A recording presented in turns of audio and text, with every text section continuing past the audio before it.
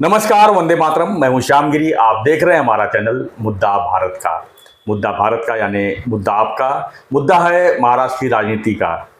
या महाराष्ट्र की राजनीति की बात करूं तो लोकल बॉडी के चुनाव यानी महानगर पालिका के चुनाव अब जो है जनवरी महीने में तय है कि हो जाएंगे। लेकिन उसके पहले जो इस समय महाराष्ट्र की राजनीति में चर्चा का विषय है वो यह है कि महायुति का युति होगा कि नहीं। क्योंकि इस समय बीजेपी, शिवसेना और एनसीपी तीनों मिलकर जिस तरह से महायुति में राज्य में सरकार चला रहे हैं, उसको देखते हुए क्या बीजेपी और शिवसेना, खासकर शिंदे गट की शिवसेना, क्या महायुति की तरफ आगे बढ़ रही है?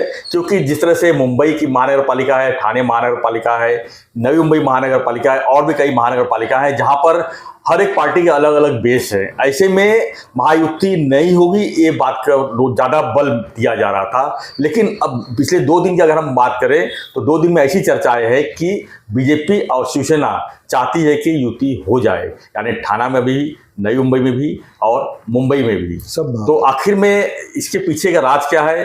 क्या उद्धव ठाकरे की जो विपक्ष की पार्टी है, विपक्ष का नेता तो नहीं है लेकिन विपक्ष की पार्टी क्या बड़ा चुनौती दे रहे हैं? क्या ठाकरे बंधु एक साथ आने से ये माहौल बना हुआ है? ये चर्चा का विषय है और हम इसी विषय पर चर्चा करेंगे। हमारे साथ में सुभाष काले जी जो राजनीति विशेषज्ञ हैं, हम इनसे यही जानने की कोशिश करेंगे कि अचानक जो महायुति होगा नहीं, युति होगा नहीं, लेकिन अब जो है युति होगा कि जो एक परिवर्तन देखा जा रहा है, इसके पीछे का राज क्या है? इससे फायदा किसको है, नुकसान किसको है और क्या इसमें गणित बैठ रहा है, खासकर बीजेपी के साथ? सर, स्वागत है एक बार फिर से।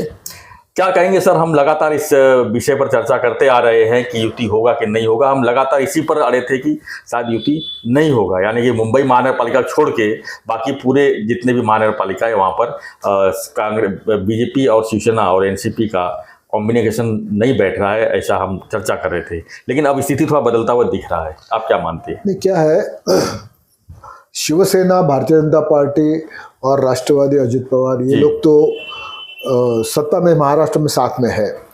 तो ये स्थानिक स्वराज्य संस्था का चुनाव जो अभी नगर पालिका हो गया, अभी महापालिका का आने वाला है, जिला परिषद है, तो वो युति में चुनाव होना चाहिए, लड़ना चाहिए, ये प्रिंसिपल है जी। ये प्रिंसिपल ही भाई सब युति में लड़ो, आपस में मत लड़ो, ये है। लेकिन आपने देखा कि नगर पालिका में शिवसेना बीजेपी के सामने, अजित पवार कभी बीजेपी के साथ, कभी उधर, हर कोई अपने हिसाब से। जिला परिषद और अभी जिला परिषद का भी अभी नोटिफिकेशन निकलेगा, महापालिका भी नोटिफिकेशन निकलेगा। मेरे हिसाब से 17, 18, 20 तारीख के पहले ये दोनों का चुनाव का नोटिफिकेशन निकलने वाला है और जनवरी 15 और 25 के बीच में इलेक्शन होने की संभावना है, मेरे ख्याल से 20 और 25 के बीच में।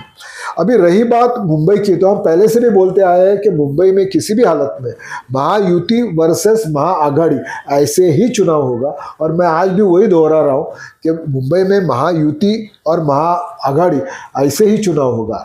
और अभी मुंबई की स्थिति ऐसी है कि वहाँ पर 227 सीट्स है जी।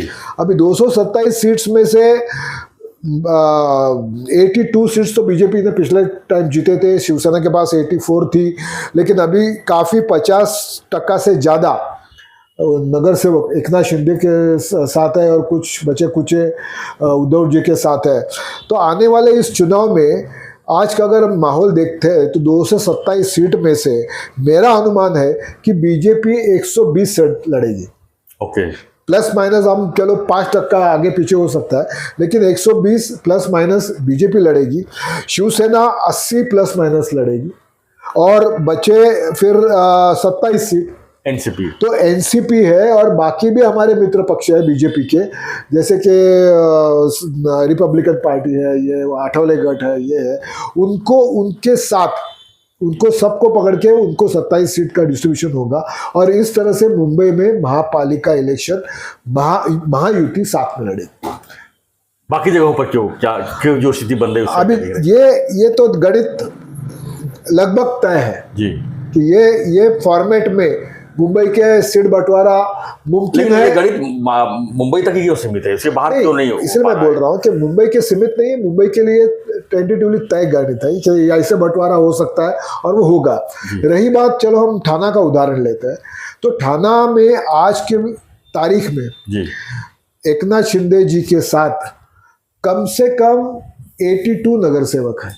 उनके खुद के जो आए थे चुन के शिवसेना के धनुष बाण के ऊपर, कुछ मेरे ख्याल से 62 थे, 62 थे। और उसके बाद राष्ट्रवादी से या इधर से उधर से उनके पास जो अभी कांग्रेस से भी आए हैं। कांग्रेस से, वो सब अभी एकनाथ शिंदे जी के साथ है। उनका जो अगर कुल मिला के हम देखते हैं तो नियरली 80-82 सीट्स उनके पास, और 100 सीट मांगेंगे। अब बात खाली टोटल सीट है 133। अभी है 131 सीट है।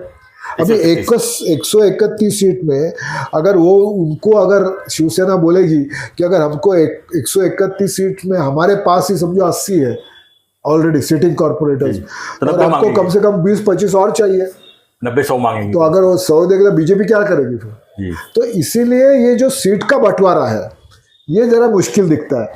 रही बात प्रिंसिपली, दोनों पार्टियां को नेताओं ने तो तय किया है कि भाई यूटी में ही लड़ना है, सब महापालिकाओं में यूटी में लड़ना है, लेकिन गाड़ी घूम फिर के आती है सीट बंटवारे पे। और जब सीट बंटवारे पे गाड़ी आती है तो ठाणे महापालिका जो अगर हम अनुमान लगाते हैं तो ठाणे महापालिका में 131 सीट्स है। अभी 131 सीट में से समझो शिवसेना को सिर्फ 90 में समाधान लेते हैं, वो 90 सीट चलो हमको दे दो। बीजेपी अगर 35 सीट में समाधान मानती है और 5-6 सीट राष्ट्रवादी आदित्य पवार को जाता है, तो ये मुमकिन है। कैसे मुमकिन है? राष्ट्रवादी मानेगी आपको लगता है? राष्ट्रवादी तो छोड़ो, बीजेपी और शिवसेना मानेगी क्या? बीजेपी को कल तुम बोलोगे कि भाई तुम 30 सीट ले लो या 35, तो बीजेपी मानेगी क्या? या एकनाथ शिंदे जिनके पास आज की तारीख में 82 कॉर्पोरेटर्स ऑलरेडी है, उनको अगर हम बोलेंगे नहीं आप 90 में समाधान कम करो, तो क्या वो मानेंगे क्या? तो ये जो प्रॉब्लम है ना, इसकी वजह से यहाँ पर युति होना बहुत कठिन है, जैसे कि नामुमकिन की तरह है। यहाँ पर हरेक को, कार्यकर्ताओं को भी अब लड़ने की इच्छा होती है। अगर युति होती है तो बहुत से कार्यकर्ता नाराज हो जाते हैं, लेकिन इसीलिए युति, नेता चाहते हैं कि युति हो, लेकिन कार्यकर्ता चाहते हैं युति नहीं हो, हमको एक बार लड़ने का मौका दिया जाए। और ये कश्मकश में आगे जाके हमको देखना पड़ेगा कि भाई युति होती है या नहीं होती है। बाकी जगहों क्या करेंगे? नई मुंबई भी है, मीरा भाईंदर भी है, यहाँ पर भी काफी कड़ा जो है सेम पोजीशन तो सेम है। हर महापालिका में खींचातानी तो रहेगी, और ये खींचातानी आखिरी तक, सीट का बंटवारा तक रहेगी। अगर भारतीय जनता पार्टी और एकनाथ शिंदे के नेतृत्व जो है उनका, उन्होंने अगर तय किया कि नहीं किसी भी हालत में युति करनी ही है, नहीं अभी तो तय कर रहे हैं, अभी अधिवेशन तो नागपुर में चल रहा है, मैं आपको बोल रहा हूं कि अभी प्रिंसिपली एग्रीड है जी कि भाई युति में लड़ना है। जब बात सीट के बंटवारे को जब बैठते हैं, डिस्कशन के लिए जब नेता लोग बैठते हैं कि भाई कौन कितना सीट लड़ेगा, कौन सी सीट लड़ेगा, ये वाला वार्ड में क्या होगा, वो वार्ड में क्या होगा, ये फलाना उम्मीदवार किसका होगा, इसका क्या होगा, तब जाके ये प्रॉब्लम बढ़ते जाते हैं। और फिर कई बार हमने ये भी देखा है कि होते होते युति टूट जाती है। 2014 में यही हुआ। और फिर कभी ऐसा होता है कि फिर ऊपर से प्रेशर आता है कि नहीं लड़ो, तुम 90 लड़ो। तुम अभी कल ऐसे ही समझो, कल ऊपर से नेताओं ने निर्णय ले लिया कि 90 सीट शिवसेना लड़ेगी, 35 सीट बीजेपी लड़ेगी, और बची कुछ 5-6 सीट 7 सीट है उसको ऊपर शरद पवार और मित्र पक्ष लड़ेगा, बात खत्म होगी। लेकिन ये करना, ये ऊपर से लादना, ठोकना, ऐसा होगा वो, और फिर कार्यकर्ताओं के में नाराजगी होती है। और एक तो तय है, लेकिन ये नेता क्यों चाहते हैं युति, कि इलेक्शन अगर युति होती है तो बहुत इजी हो जाता है, आराम से। अभी समझो शिवसेना के 70-75 सीट और बीजेपी पे 25 सीट, तो 100 सीट तो यूं ही निकल जाएगी। बिल्कुल। भारतीय जनता पार्टी, एकनाथ शिंदे, अजित पवार अगर साथ में लड़ते हैं ठाणा में, तो 100 के ऊपर सीट आने वाली है उनकी जी, ज्यादा ही 100-110 तक जाएंगे वो आराम से, वो भी बिना कुछ तकलीफ किए। तो ये पोजीशन है। सिर्फ सवाल ये होता है कि कार्यकर्ताओं को नाराज करके युति ठोकना है या कार्यकर्ताओं को खुश करके उनको लड़ने को देना है, ये तय है। कार्यकर्ता नाराज हो जाए तो विधानसभा में सबक सिखाएंगे, लोकसभा में सबक सिखाएंगे, वो क्या रहता है, उतना ही वक्त रहता है, वो सबक विबक तो कोई सिखाता नहीं है। लेकिन कार्यकर्ताओं को लड़ने की यही एक चांस होता है। देखो, आमदार एक होता है, खासदार एक होता है, लेकिन नगर सेवक तो अभी 131 है उसमें ना। भी रिजर्वेशन वहाँ पे भी अगर हाँ, उसमें भी रिजर्वेशन है, महिला है, ओबीसी है, एससी है, पैनल है, पैनल्स है, तो उसमें भी अगर चांस मिलता है तो इधर मिल सकता है अपना नेतृत्व और अपना कर्तृत्व दिखाने का। वो भी चांस नहीं मिला। यही काम।